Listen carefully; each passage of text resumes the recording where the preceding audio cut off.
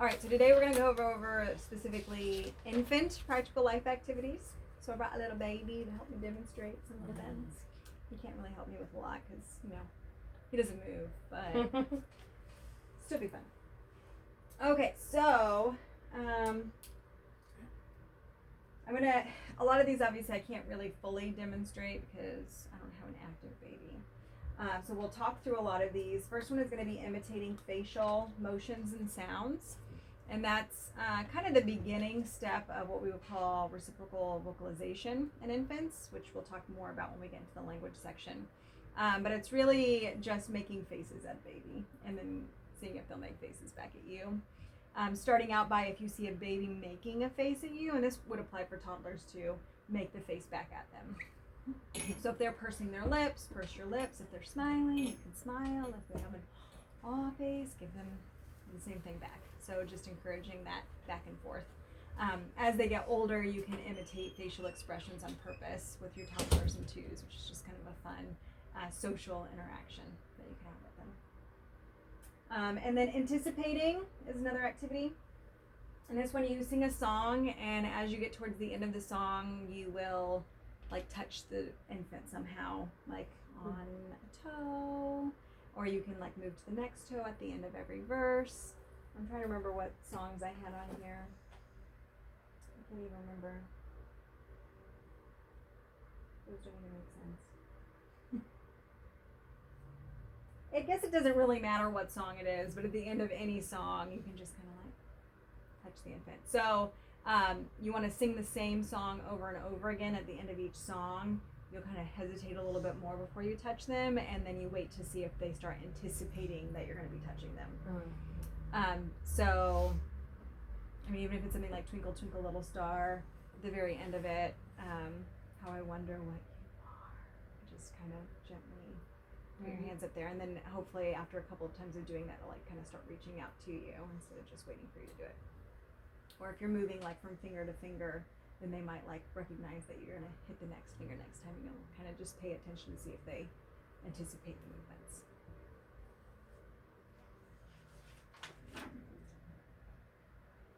Pulling back and forth, this one you can do with a scarf or some other sort of fabric. But basically it's once a child starts grasping objects, then you can kind of dangle it in front of them, see if they'll grasp it. And then you don't really play a full-blown tug of war with them, but you want to pull on it and see if they'll pull back. Okay. And so it's just kind of like a back and forth, gentle swaying motion that you'll kind of engage.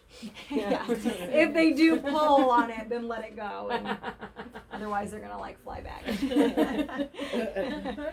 So don't yank it out of their hand, but it's really engaging just in a correspondence with the infant to encourage, again, socialization. So these are really more of your social skills that you work on with the infant, engaging in fun little activities like that. And then that can go back to an activity like passing back and forth.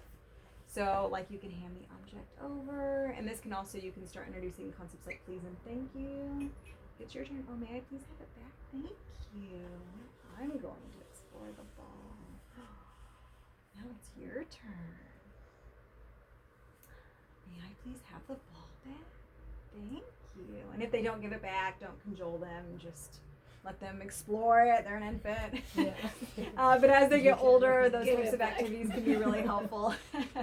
And you can even make that a group activity where you can pass it over and here, now it's your turn. And then you can start by demonstrating it for them, but then, now it's Kathleen's turn. Hannah, can you please pass it to Kathleen? So you can speak for them, especially in the ones room, but then as they get into the twos room, you can make this an activity where you can be like, Hasiba, now can you ask nicely for it from Kathleen? Can I have it, please? Oh, very good. That was wonderful, ladies. And then we can keep going around the circle. Can I have the ball, please? Yeah, thank you. Oh, that was such a nice way to ask, and thank you for giving it to her, Hasiba. Shelly, may I please have the ball now? Sure. Oh, thank you so much. So that is an activity that can definitely start as an infant, and then you can differentiate it based on how old they are. And then if you want to play with an infant, rather than just passing it back and forth, you can roll it back and forth. Yeah, they're not fun. Yes. No, I'm just kidding. That's realistically what they would do. They would, yes. And then you can show them, let's be gentle. Let me show you gentle. So these are just really fun social interaction games. We're working on sharing and cooperative play. Obviously, you can do a rolling game in a group as well. So let's roll the ball around. And it doesn't have to be around the circle, but you could just say, you know, Hasiba, who do you want to roll it to next? And then you can roll it to anybody. Yeah. Obviously, this is not a perfect circle for us to be playing with. Thank you. But any passing games are really fun and good practice for them.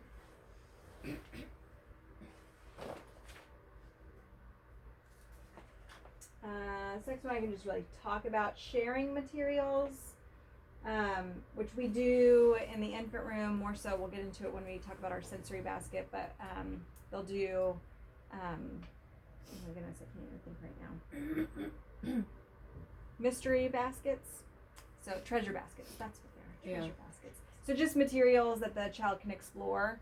And typically you'll introduce that on the infant's own, where they can just explore all the materials in the classroom, they can mount the items, they can smell them, whatever, they can use all their senses. And then you would have two infants exploring the same basket. So you make sure there's plenty of materials for each of them to have their own, but they're not really playing together, but they're sharing the same, the same basket of materials. You could do this in a toddler classroom or a twos classroom with something like a pegboard. So each child could have their own pegboard, but then they share the pegs. And so they have a basket of shared materials, but they're each doing their own thing. So we're starting to work on things like parallel play.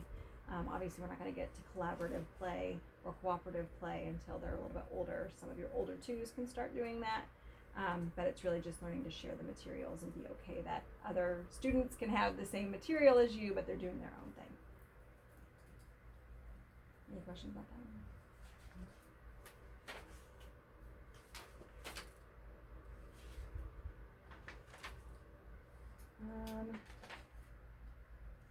So this is a extension of imitating facial expressions. Wait a second. Imitating facial motions with sound. Oh, I'm sorry. I misspoke. The first one with the infants, you actually make sounds along with the facial expressions that you use. So then there's another extension of that, imitating facial expressions just by yourself, where you'd want to sit in front of a mirror. And then you can point out that I can see you in the mirror and you can see me in the mirror. And then you can make different facial expressions and you can add sounds to them if you want to. But that way the infant not only sees your face, but they can see their own face and see if they're actually mirroring what you're doing and vice versa. At what age would you do that with an infant? You would want them to, well, I guess they don't even necessarily have to be sitting. They can be laying down. They can be laying down, yeah. I mean, I would say if you've had some success with just being able to imitate facial expressions facing each other, at any point after that you could have them sit in your lap or lay next to them in a mirror, as long as you can sit comfortably and see both of you. But even having them sit in your lap is okay. And then any age beyond that, you would be good to go. And then from there you can do imitating body movements. And so this can be something as simple as clap your hands and clapping your hands. Can you clap your hands? Let me see. Good job, Hannah. Anyone else clap their hands? And of course with an infant you're going to be doing this more one-on-one, but then you can do this in whole group. And I know that most of you, when you sing songs with a group, you include body movements along with that. So that's kind of an extension of the basic just one-on-one imitating body movements. And you can do all sorts of body movements. Touch your head. Touch your head. See, Arthur. I do a song like that with the kids right now. I don't even really sing it, but I'll have them sitting there and I'll say like really slow. I'll go clap, clap, clap your hands as slowly as you can. And we go clap, clap, clap as fast as you can. So we go do that slow and fast, and it's funny because they're like, Slow motion. So you like clap your hands, pound your fist, wiggle your fingers. I might say like pull your ears, pat your head, rub your belly, but we'll do it slow and then we go really fast. And That's cute. I like that one. There's so many ways that you can incorporate this concept. And then this specifically crosses over a lot into science concepts like learning your body parts. And then language, of course, as well, because when you start singing songs, everything there is a lot of language development. But you can incorporate this into following instructions too. So a lot of like follow the leader type activities where you assign a specific person in the group that they can start the motion and then everyone else follows the motion. And then as they get older, like things like Simon Says and stuff like that. So lots of different ways that you can incorporate imitating.